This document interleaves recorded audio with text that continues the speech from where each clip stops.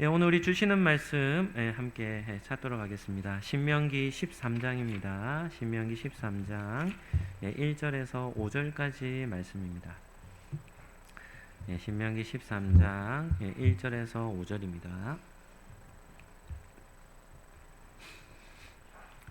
우리 한 절씩 교독하도록 하겠습니다. 제가 먼저 읽겠습니다.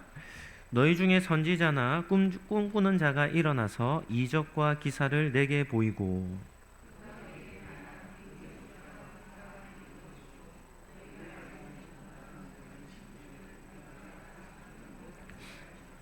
너는 그 선지자나 꿈꾸는 자의 말을 청종하지 말라. 이는 너희의 하나님 여호와께서 너희가 마음을 다하고 뜻을 다하여 너희의 하나님 여호와를 사랑하는 여부를 알려 하사 너희를 시험하심이니라.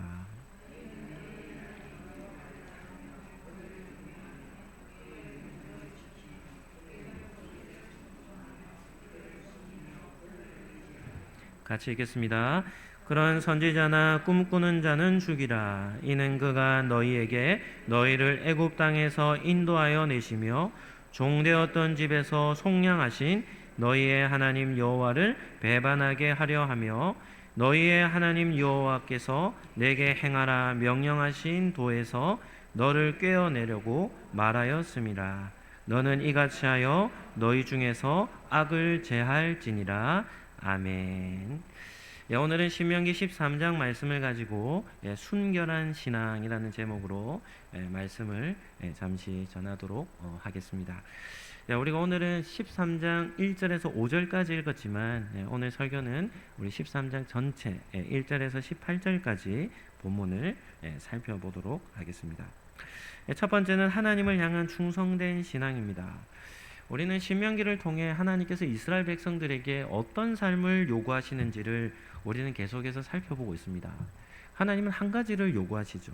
그것이 무엇인가 하면 하나님을 향한 사랑과 그리고 변치 않는 그런 충성을 원하시는 겁니다. 이스라엘 백성들에게 하나님 외에 다른 신들 섬길 것을 하나님은 계속해서 금하시죠. 그래서 오늘 읽은 본문 신명기 13장의 핵심도 오직 하나님만 사랑하며 섬기라 라고 하는 명령을 반복해서 하시는 겁니다. 이것을 저는 오늘 설교의 제목으로 순결한 신앙이다 이렇게 표현을 했습니다. 사랑의 관계는 어떻습니까? 사랑의 관계는 인격적 관계죠. 그래서 사랑의 관계는 가장 깊은 관계를 맺게 됩니다. 사랑한다 하면서 사랑하는 대상이 아닌 다른 사람에게 눈길을 주면 됩니까? 안 됩니까? 안 됩니다. 이런 것은 모든 사람들의 다 이슈가 되죠. 양다리를 걸친 사람이 있다면 그 사람을 보는 모든 사람들이 다 어떻게 얘기합니까? 다 욕합니다. 왜냐하면 그것은 잘못된 사랑의 모습이기 때문이죠. 사랑하는 사람에 대한 배신과도 같은 행동이 그와 같은 모습입니다. 그래서 사랑은 인격적 관계입니다. 한 사람과 한 사람의 관계, 그런 깊은 관계를 맺는 것이 사랑의 관계가 되는 겁니다. 그런데 이런 인간관계 속에서 사랑의 관계가 누구와의 관계에서도 동일하게 적용이 됩니까? 하나님과의 관계에서도 동일하게 적용이 되는 것이죠. 그래서 하나님이 이스라엘 백성에게 계속해서 금하신 것은 배교입니다. 배교는 무엇을 뜻하는 겁니까? 하나님이 아닌 다른 대상을 섬기는 것이죠. 광야 생활과 가나안 땅의 삶에서의 차이점이 있습니다. 광야 생활은 어떤 생활입니까? 광야의 생활은 척박한 생활입니다. 모든 환경이 부족한 것이죠. 양식도 없고 물도 없고 의복도 공급되는 것도 없고, 그러니까 하나님의 공급하심이 없이는 살아갈 수 없는 것이 광야의 여정이죠. 그러니까 광야 생활은 하나님만을 의지할 수밖에는 없는 곳입니다. 그런데 가나안 땅은 어떻습니까? 그렇지 않습니다. 하나님이 각 백성들, 지파들, 가정마다 땅을 분배해 주세요. 땅만 있으면 먹고 살 수 있습니까? 없습니까? 먹고 살 수 있습니다. 그래서 가나안 땅은 어떤 곳인가 하면 자신들이 농사를 지어 살아갈 수 있도록 하나님께서 이스라엘 백성들에게 그런 삶의 터전을 허락하신 삶이 가나안 땅에서의 삶인 것이죠. 그럼에도 우리가 앞에서 살펴봤듯이 가나안 땅에는 뭐가 가득합니까? 우상들이 가득하죠. 풍요의 신인, 바알과 다산의 신인 아세라, 이런 우상들이 가득합니다. 또한 어떤 것도 가득합니까? 육체적인 쾌락의 문화도 가득합니다. 피 흘리는 문화, 육체적인 잘못된 그런 이런 것들을 추구하는 문화가 가나안 땅의 문화였죠. 그래서 하나님은 가나안 땅으로 들어가기 전에 이스라엘 백성들에게 하나님만을 섬기는 그 유일 신앙, 순결한 신앙을 지키도록 계속해서 말씀하고 있는 겁니다. 오늘 본문에서도 이 모세가 이스라엘 백성들에게 가나안 땅에서 삶을 살 때 세 가지 치명적인 유혹이 있다고 말합니다. 그래서 그 세 가지를 금하는 메시지가 오늘 읽은 신명기 13장입니다. 첫 번째는 누구의 유혹인가 하면 거짓 선지자의 영적인 유혹입니다. 두 번째는 가족이라든지 친구, 가까운 인간관계 속에서 찾아오는 유혹이고, 마지막 세 번째는 악한 자들에 의한 집단적인 외교의 유혹을 주의하라, 이렇게 말씀하고 있는 것이죠. 그럼에도 신명기의 오늘 13장은 좀 과격한 그런 표현들이 있습니다. 악한 선지자들은 죽이라, 진멸하라, 악을 제하라, 이런 과격한 표현들이 있죠. 이것은 하나님께서 생명을 귀하게 여기지 말라 이런 명령이 아니라 어떤 메시지를 전하고자 이런 메시지를 하는 것일까요? 이스라엘 백성들의 신앙의 순결함을 위한 목적으로 하나님은 그런 악한 영향력들에게서 다 단절하기를 원하시는 것입니다. 우리가 수요일날 출애굽기를 살펴보고 있거든요.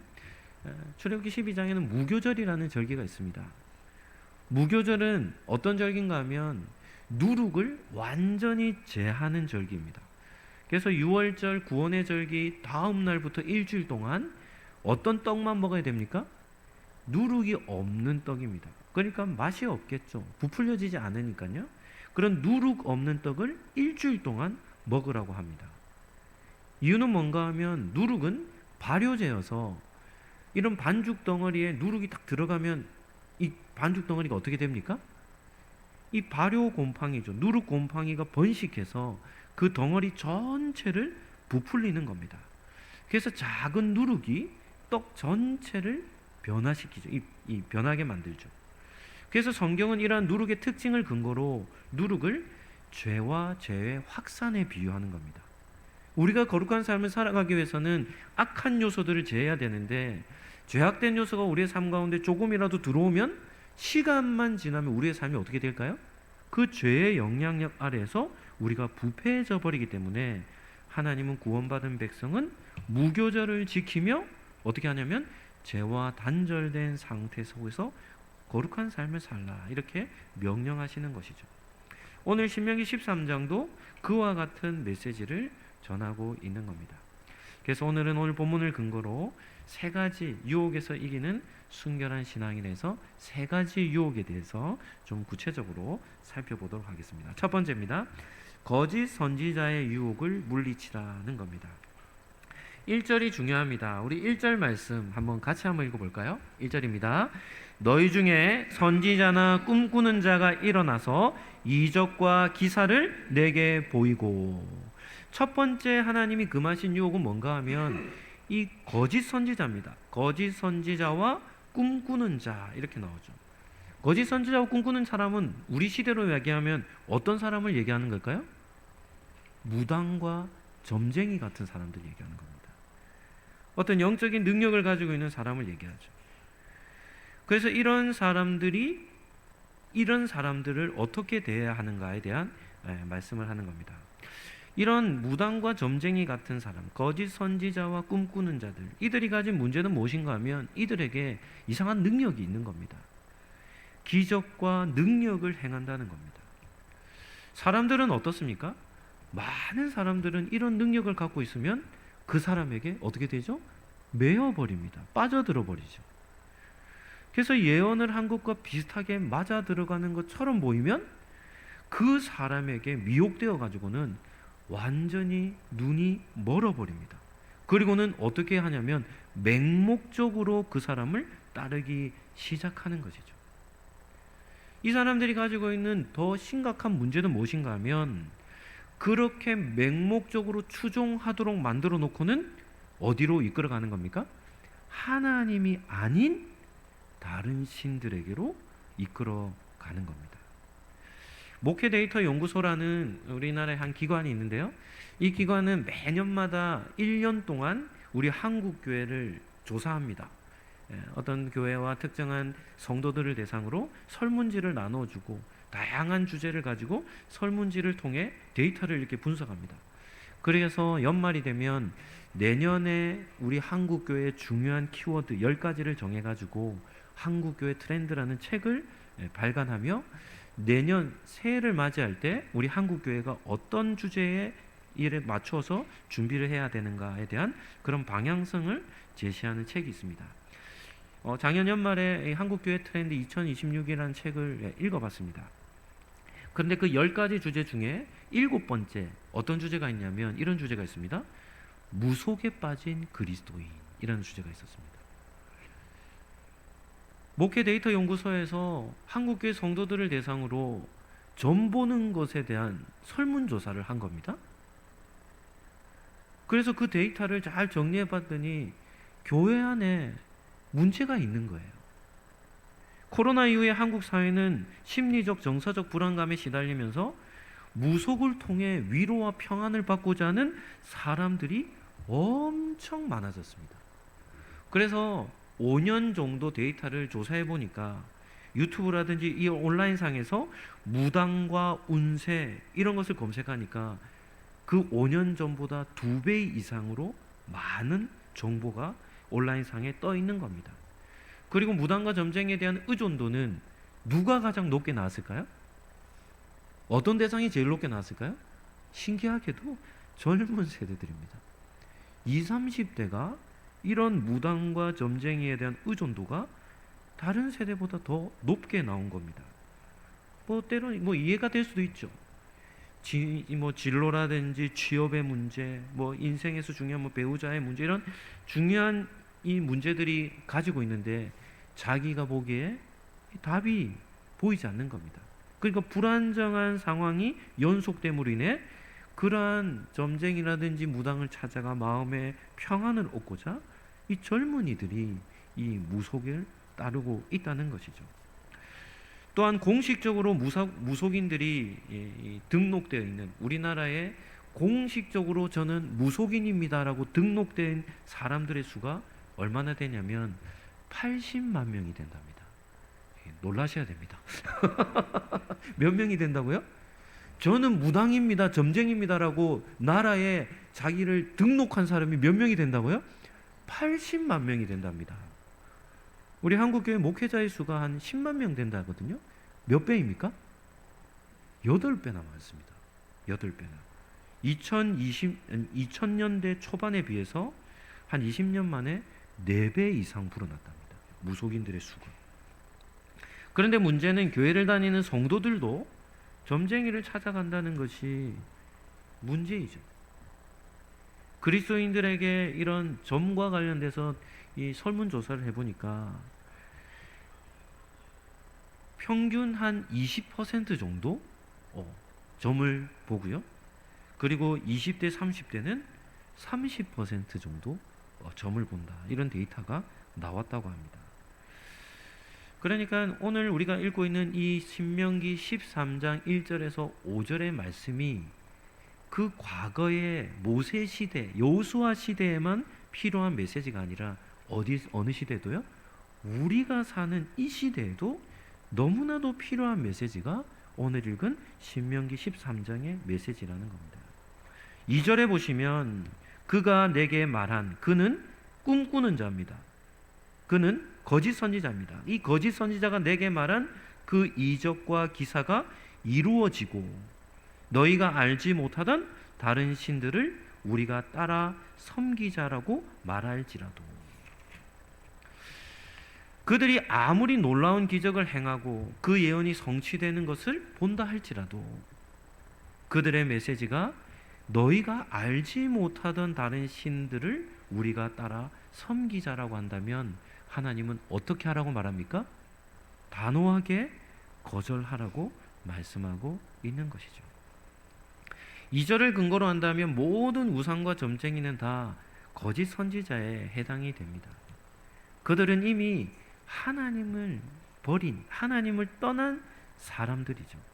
그렇기 때문에 그들이 아무리 능력을 행한다든 그들의 말이 이루어지는 것처럼 보인다 할지라도 우리는 그들을 따라가서는 안 된다는 겁니다. 사도 바울이 고린도 교회에게 거짓 사도에 대해 경계한 메시지가 있습니다.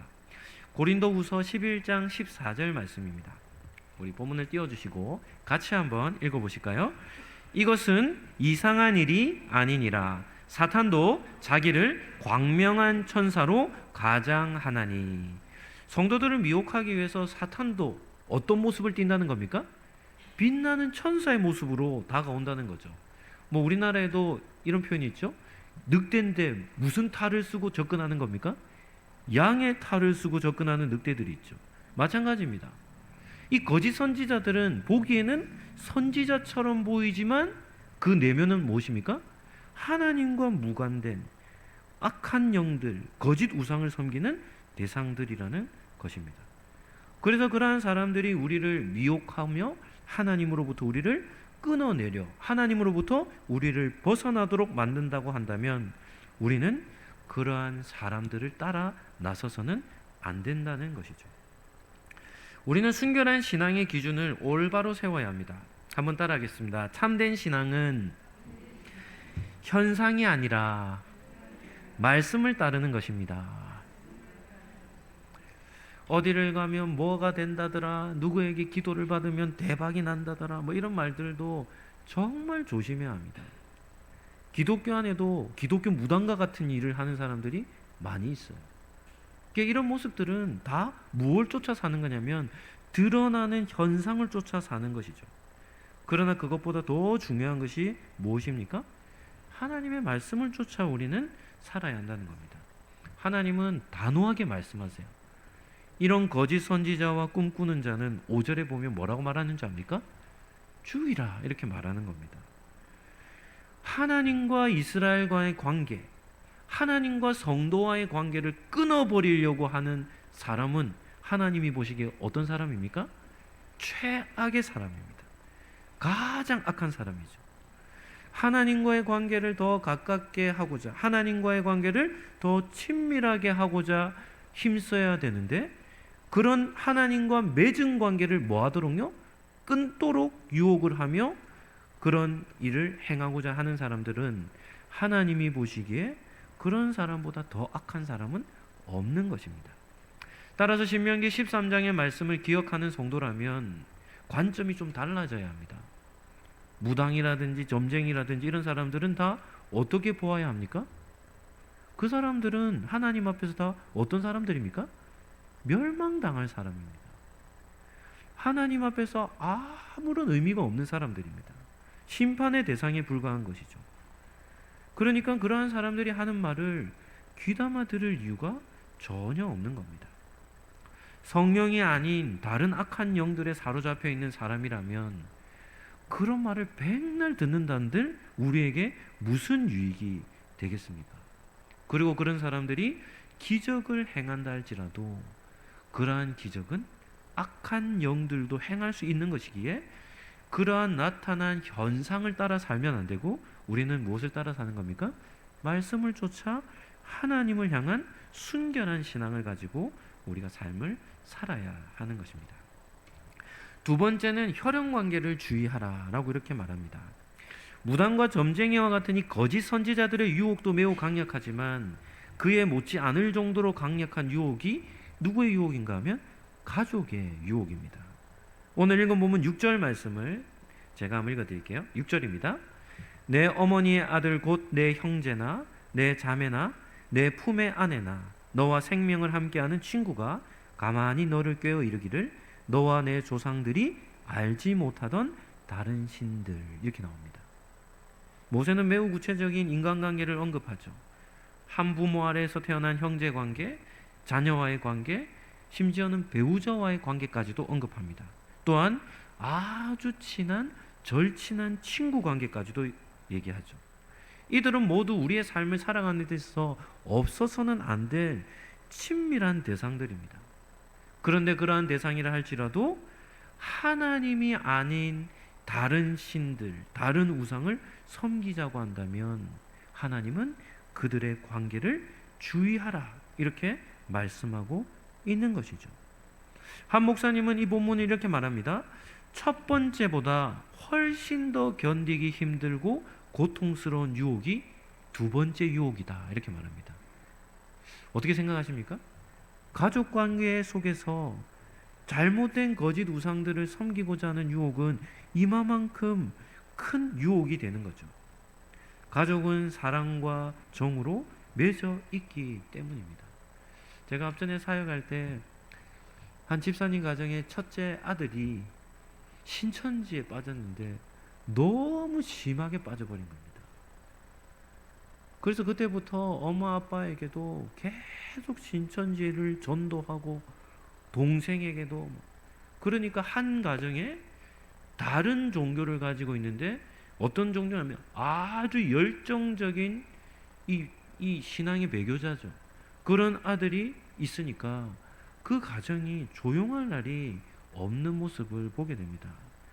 왜냐하면 가족 관계는 사랑과 정으로 맺어져 있는 아주 친밀한 관계이기 때문에 가족 관계 속에서 다른 신을 섬긴다든지 다른 종교를 갖게 된다면 그것보다 힘든 관계는 없는 것이죠. 그럼에도 하나님은 분명한 기준을 제시하죠. 아무리 가족이라 할지라도 그들이 우리를 꾀려 한다면, 하나님과의 관계를 이렇게 끊거나 멀리하려 한다면 우리는 그들과의 관계를 잘 정립할 필요가 있음을 말씀하고 있는 겁니다. 성경에도 보면 신실한 믿음의 사람으로 살다가 이런 인간관계, 가족관계로 인해서 완전히 타락해버린 사람이 한 사람 있습니다. 대표적인 인물이 누구일까요? 솔로몬이라는 인물입니다. 솔로몬은 왕이 되자마자 성경에 나오는 어떤 사람들보다 엄청난 제사를 드립니다. 어떤 제사를 드립니까? 1000번제를 드려요. 모세 장막에 있었던 기드온이 산당에 가서 솔로몬 왕이 되자마자 엄청난 제사를 계획해서 1000번제를 드립니다. 왜 드렸을까요? 어떤 마음으로 드렸겠습니까? 나는 자격 없습니다라는 마음으로 드렸습니다. 웅장한 제사가 아니었습니다. 어떤 제사였습니까? 처절한 제사였습니다. 하나님, 저는 왕이 될 자격이 없는 사람입니다. 그래서 1000번의 제사를 드리고도 하나님 앞에 어떻게 기도하냐면, 하나님, 저는 아이라 왕의 직분을 감당하지 못하겠습니다. 저에게 백성들의 소리를 듣는 마음, 지혜를 주십시오. 그러니까 솔로몬에게 있어서 1000번제는 화려한 예배가 아니었습니다. 무엇이었습니까? 간절한 기도의 제사였던 것이죠. 그래서 하나님은 그 솔로몬의 겸손함을 보시고 무엇을 주십니까? 이전에도 없고 이후에도 없는 뭘 주시죠? 지혜를 주세요. 지혜를. 지금으로 얘기하면, 우리 시대로 얘기하면 솔로몬은 어떤 사람입니까? 박사입니다. 박사. 생물학 박사, 지질학 박사, 모든 영역의 박사학위를 다 가지고 있을 정도로 지혜로운 사람으로 하나님이 세우시죠. 그런데 문제는 무엇인가 하면, 솔로몬이 부강하게 되면서 한 가지 일을 하는데, 그게 뭐냐면 이방 나라들과 정략 결혼하는 겁니다. 이방 나라들의 왕의 딸들을 데리고 와서 정략 결혼을 하는 것이죠. 그렇게 한 나라 한 나라를, 여인들을 맞이하며 정략 결혼을 하다 보니까 어떤 일을 합니까? 예루살렘 성에 여인들을 위한 우상 제단들이 세워지기 시작하는 겁니다. 그래서 솔로몬은 극단적인 두 가지 별명이 있어요. 하나는 무엇인가 하면, 하나님의 집인 무엇을 지은 사람입니까? 성전을 건축한 사람입니다. 솔로몬은요. 그런데 또 한 가지 오명이 있어요. 그게 뭡니까? 성전도 지었지만 뭐도 지었어요? 이방 우상의 신전을 지은 왕으로 칭해지죠. 그래서 솔로몬의 죄로 인해서 이스라엘은 남과 북으로 갈라지는 결과를 맺게 된 겁니다. 이 솔로몬의 이 타락의 길 때문이죠. 이 솔로몬이 왜 타락하게 됐습니까? 우상 숭배하는 여인들을 어떻게 하냐면 한두 명이 아닙니다. 주변에 있는 나라들의 그 여인들을 맞이하며 우상을 들여왔기 때문에 그가 무너지게 된 것이죠. 그러니까 전무후무한 지혜를 가지고 있어도 가족의 관계 속에서의 이런 것은 너무나도 어려운 문제가 되는 겁니다. 스펄전 목사님은 이렇게 말합니다. 하나님의 편에 서는 것은 때로 가장 사랑하는 사람들과의 갈등을 감수하는 용기를 필요로 한다. 이렇게 말하죠. 그래서 우리는 관계 설정을 잘 해야 합니다. 우리의 신앙적인 부분에서 하나님은 무엇이라 말하냐면 하나님과의 관계가 가장 소중하다는 것을 말씀하고 있는 것이죠. 이 말은 뭐 가족을 등한시해라, 뭐 가족 관계는 소중하지 않다 이런 말이 아닙니다. 가족은 사랑해야 할 대상이고 우리의 삶에서 가장 소중한 대상들이죠. 그럼에도 불구하고 하나님을 섬기는 우리의 신앙을 유혹한다라고 한다면 그런 관계를 어떻게 하냐면 잘 단호하게 거절할 수 있어야 함을 말씀하는 것입니다. 한번 따라 하시죠. 하나님과의 관계가 최우선입니다. 이것이 신명기 13장에서 전하는 두 번째 메시지입니다. 마지막 세 번째입니다. 한번 따라 하시죠. 공동체의 배교를 경계하라. 13절 말씀 제가 한번 읽어드릴게요. 13절입니다. 너희 가운데서 어떤 불량배가 일어나서 그 성읍 주민을 유혹하여 이르기를 너희가 알지 못하던 다른 신들을 우리가 가서 섬기자 한다 하거든. 마지막 세 번째는 어떤 배교의 유혹인가 하면 공동체의 배교의 유혹입니다. 불량배라고 하면 하나님을 알지 못하는 그런 배교의 열심인 악인들을 말하는 것이죠. 문제는 무엇인가 하면 한 사람이 아닌 겁니다. 여러 사람들의 이 공동체죠. 불량배들의 집단입니다. 이 집단이 일어나서 한 성읍 주민들을 유혹하는 겁니다. 이제는 하나님을 버리고 이방 나라 신들을 섬기자라고 하는 일이 일어나는 것이죠. 그래서 이 성경에는 13절에는 그 성읍 주민이라고 얘기하는데 이 성읍은 우리로 치면 무엇을 뜻할까요? 한 마을, 한 도시를 뜻하는 것입니다. 그래서 한 도시 가운데 한 마을에서 집단적으로 하나님을 버리고 배교하는 그런 문화가 발생하는 것이죠. 이 개인의 배교보다 더 큰 영향력을 가진 것이 집단의 배교입니다. 우리 한국의 역사도 참 안타까운 아픔의 역사가 있습니다. 그게 뭔가 하면 일제 치하 때 일제가 교회를 엄청나게 탄압했어요. 그리고 무엇을 성도들에게 요구했습니까? 신사참배를 요구한 겁니다. 그런데 한 교회에서 신사참배를 수용하니까 어떤 일이 나냐면 그러한 집단적 배교가 확산되어 버리는 겁니다. 그것이 이 줄어드는 게 아니라 순식간에 그런 배교가 확산되는 것이죠. 그러니까 하나님이 누룩의 비유를 사용하신 것이 정확합니다. 개인의 일탈로 끝나지 않고 누룩처럼 공동체 전체로 퍼져버리는 것이 이 죄의 속성이죠. 그 죄의 확산력은 엄청나게 빠릅니다.